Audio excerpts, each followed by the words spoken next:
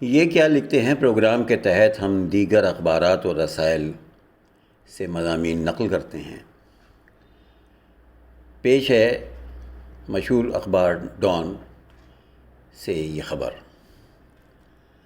اقوام متحدہ نے کہا ہے کہ دنیا بھر میں 11 کروڑ افراد کو اپنے آبائی گھر علاقوں سے جبری نقل مکانی پر مجبور کیا گیا ہے۔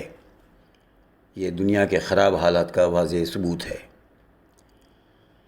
اخبار نے خبر رساں ادارے AFP کی رپورٹ کے مطابق اقوام متحدہ کے ادارے برائے مہاجرین UNHCR نے بتایا کہ ماحولیاتی تبدیلی، یوکرین جنگ، افغانستان سے آنے والے مہاجرین اور سوڈان میں جاری جنگ کے سبب بھی مہاجرین کی تعداد میں اضافہ ہوا ہے، جبکہ اپنے ہی ممالک میں بے گھر ہونے والے افراد میں بھی غیر معمولی اضافہ ریکارڈ کیا گیا ہے۔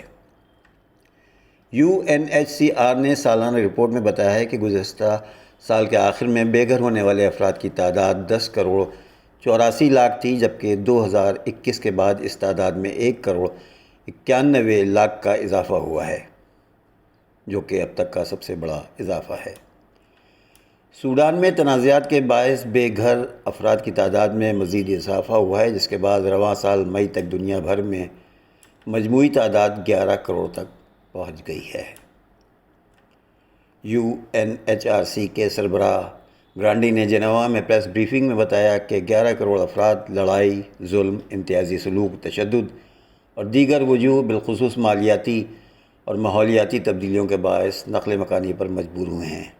یہ دنیا کے خراب حالات کا واضح ثبوت ہے۔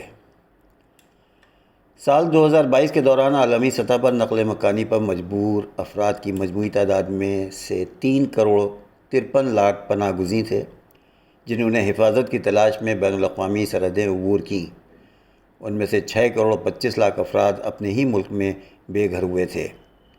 54 لاکھ افراد کو اسائلم اور 52 لاکھ دیگر افراد کو بین الاقوامی تحفظ کی ضرورت پیش آئی۔